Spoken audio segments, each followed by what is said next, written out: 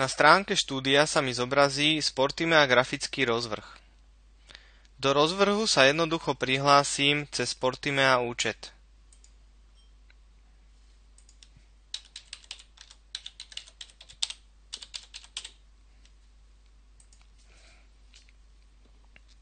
Vyberiem hodinu, na ktorú sa chcem prihlásiť.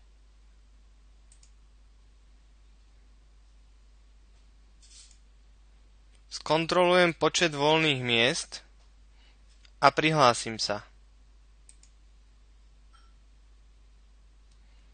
Po prihlásení vidím svoje meno v zozname prihlásených a čas, dokedy môžem zrušiť účasť. Vrátim sa naspäť na rozvrh a jednoducho sa odhlásim. Ďakujeme za pozornosť.